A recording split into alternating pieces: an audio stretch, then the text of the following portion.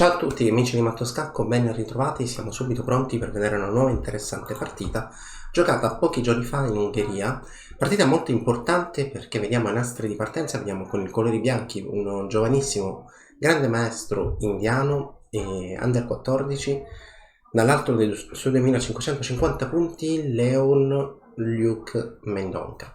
Con il nero abbiamo un ancora più giovane maestro internazionale, quasi 2500 punti, 2485, il giovane americano, ma anche lui di origine indiana, e Mishra Abhimanyu.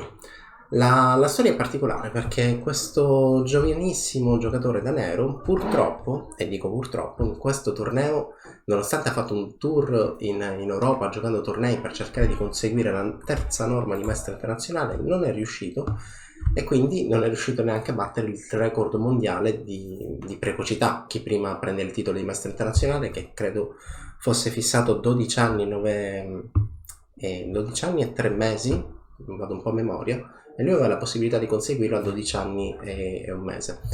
Vediamo un po' la partita. La partita è iniziata così, quindi d4, cavallo f6, cavallo f3, quindi l'inizio di una partita molto solida da parte del giocatore indiano, che in realtà vuole cercare di portare sul suo territorio il proprio avversario. Quindi c4, c6, alfiere g7. C'è da dire che il nero, con l'obbligo di vittoria, comunque sia anche vista la giovane età, ma con questa ambizione di battere il record mondiale e diventare grande maestro, è chiaro che ha giocato sempre per prendere l'iniziativa, provare a vincere senza alcun timore. Cavallo c3 da parte del bianco, d5, quindi siamo nel pieno dell'apertura Grunfeld. Dicevo prima, il nero gioca senza timore, ma adesso vediamo cosa riesce a creare qui il bianco, perché il bianco, vista la sua maggiore esperienza, chiaramente stiamo parlando di un paio d'anni tra un giocatore di differenza tra uno e l'altro, e qui gioca h4, mossa molto importante, molto bella, perché la cui idea è molto facile. H4 solitamente è la tipica mossa che funziona, diventa molto forte qualora il nostro avversario arrocchi. E in questa posizione, e la partita non è andata così, in caso di arrocco corto vi dico che tra le tante possibilità del bianco ci potrebbe anche essere questo sacrificio con h5. Qual è l'idea del bianco? Il bianco vuole rapidamente aprire la colonna della propria torre e poi con calma, o meglio non con troppa calma, cercherà di dirigere tutti i suoi pezzi sulla colonna H, e quindi la prossima, il prossimo pezzo sarà senz'altro la donna, la regina, o comunque sia abbastanza tipico anche un raddoppio di torri, e chiaramente per farlo cercherà di arroccare lungo. Ovviamente h5 è un pedone sacrificato, ogni volta che sacrifichiamo un pedone dobbiamo sempre essere certi di avere qualche idea in attacco e un minimo di compenso. La spinta h5 potrebbe anche essere giocata in un secondo momento, perché immaginiamo che qui il bianco catturi al centro, e chiaramente per mantenere quell'equilibrio materiale il nero anche lui dovrà riprendere, e allora a questo punto h5 da parte del bianco diventa ancora più forte, perché non abbiamo sacrificato il pedone, siamo pronti ad attaccare sulla colonna H, e ovviamente tutte le case bianche all'interno della scacchiera saranno sempre di totale controllo del bianco. Torniamo alla partita, quindi h4, e qui il giovanissimo Mishra con il nero rispetta uno dei principi classici del gioco degli scacchi. All'attacco laterale corrisponde una reazione centrale, e quindi decide di catturare il c4. Il bianco da parte sua gioca e4, dal punto di vista materiale vogliamo riprendere il pedone, ma siamo anche ben disposti nel cercare di prendere spazio verso il centro. Quindi c5 da parte del nero, chiusura del centro, e a questo punto una mossa molto curiosa e molto bella da parte del nero, che fa capire che comunque conosce le idee e questa condotta molto aggressiva del bianco. b5 ha l'idea di deviare il cavallo dalla difesa del pedone centrale, quindi b5, quando qualcuno dirà beh, ma il pedone b5 è in presa, non è difeso, possiamo catturarlo, vediamo un po' cosa potrebbe accadere. In caso di cavallo per b5 le mosse interessanti sono senz'altro due: la più evidente e immediata cattura in e4, oppure la più forte intermedia col scacco. Quando io do scacco attacco anche il cavallo, che dovrà tornare indietro, e a questo punto dopo cavallo per e4 magicamente, o comunque e a causa dell'imprudenza del gioco del bianco, il nero si ritrova con 3 pezzi coordinati tra loro in attacco. È una buona iniziativa. Quindi questo pedone B5 lo possiamo considerare tranquillamente un pedone avvelenato. E allora che fare? Diciamo che siamo in bianco e allora continuiamo per la nostra strada. Quindi la spinta in H5 è la mossa giocata dal giovane indiano. E adesso altra mossa molto bella e sorprendente da parte del giovane americano, quindi da parte del nero, arrocco corto. Arrocco corto è la tipica mossa che uno, quando si ritrova i pedoni avversari pronti lì, diciamo, utilizzo questa espressione, pronti lì a sbattere in faccia al proprio re, è chiaro che è una mossa che mettiamo da parte. Quindi questo pedone H5 il nero non lo considera così pericoloso e decide appunto di investire tutta la sua attenzione verso il centro della scacchiera. Pedone per G6 eseguita, giocata, pedone F per G6. E anche questa è una mossa molto particolare. Sappiamo tutti, o comunque qualcuno forse l'avrà già sentito in qualche altro mio video, forse l'ha sentito da qualche altro commentatore, o forse non l'ha mai sentito. Comunque sia, quando abbiamo la possibilità di decidere con quale pedone catturare, tendenzialmente quasi sempre la migliore cattura è il pedone che dall'esterno va verso il centro. E quindi questa qui è un'altra mossa che sorprende. E vi dico che le mosse che sorprendono, le mosse tra virgolette un po' fuori dagli schemi da parte del nero, sono state 3 mosse e 3 mosse consecutive. Vediamo un po' come continua e se il giocatore indiano con il bianco riuscirà ad attaccare il nero. La minaccia del nero è una. Il nero vuole fare B4, attaccare il difensore, quindi catturare tranquillamente il pedone in E4. Torre H4 sulla scacchiera, difende e risponde, diciamo, alle esigenze del bianco. Cavallo G4 che da lontano silenziosamente porta la propria donna a contatto con la torre, perché questa torre comunque è difesa da un cavallo che potrebbe sparire abbastanza rapidamente dalla scacchiera. Il bianco decide quindi che è arrivato il momento di catturare il B5 perché non riconosce più il controgioco di prima. Donna 5, la mossa che avevo annunciato prima, che aveva un po' più di senso perché adesso al nero manca qualcosa, manca questo cavallo che viene 4, attaccherà C3, quindi dare l'alfiere per C3 è vero che recupera un pedone, però se vediamo un po' la posizione, questa donna probabilmente in G7 avrà la sua migliore coordinazione, ma se vediamo tutti i pedoni del nero sono lì isolati, c'è un ritardo di sviluppo. È vero che il re bianco si trova lì al centro, posizione iniziale, pronto per la partita successiva, però non corre alcun rischio, mentre il bianco sta creando qualcosa, perché adesso con un alfiere qui che punta il re, siamo certi che tra poco arriverà anche il suo compagno, la coppia degli alfieri, quindi alfiere C3 è lì nell'aria puntando la donna ed eventualmente questo re che si sarà rifugiato all'angolo. Se intendi migliorare la comprensione del tuo gioco, allora vienici a trovare all'interno dell'Accademia di Matto Scacco. Torno molto indietro, quindi cavallo C3 giocata, manca la cattura in E4, bisogna cercare di fare qualcosa ed è stata giocata H5. H5 per rallentare, scacciare forse l'iniziativa del lato di bianco sul lato di re. Leon gioca alfiere G5, in fondo c'è un pedone non difeso, l'idea è eliminato il pedone, spingo facilmente il mio pedone D, pronto lì verso la promozione. La partita continua, cavallo D7, torre C1, adesso vado un po' più rapido, vediamo un po' cosa accade. Torre B8, mossa molto attiva, vogliamo catturare B2 con evidenti problemi perché c'è sempre questa coordinazione nell'aria sulle case nere.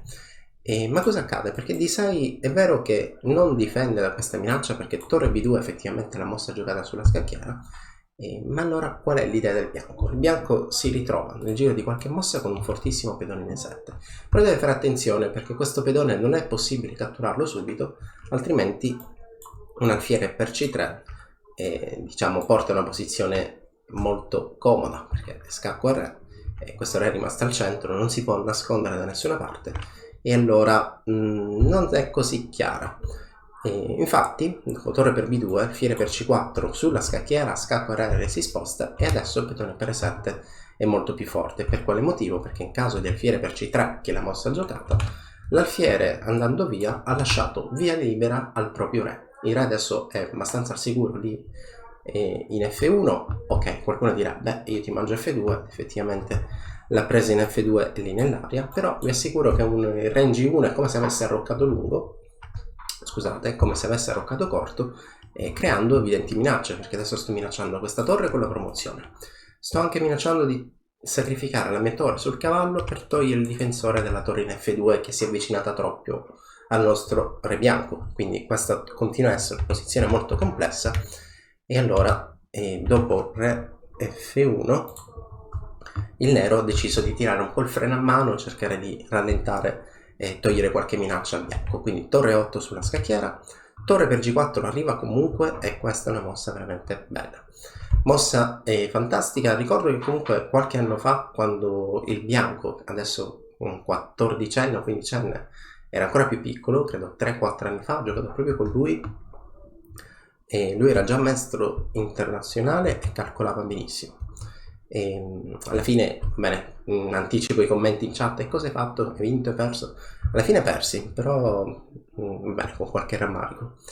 E alfiere 6 giocata sulla scacchiera, donna per D7, stiamo minacciando questa promozione, la cattura delle torri è già lì pronta per vincere. Alfiere per C4, guardate quanto è complessa questa posizione, ma adesso si vede che come in tutte le favole, con il lieto fine, quest'ora è riuscita a nascondersi dietro i propri pedoni.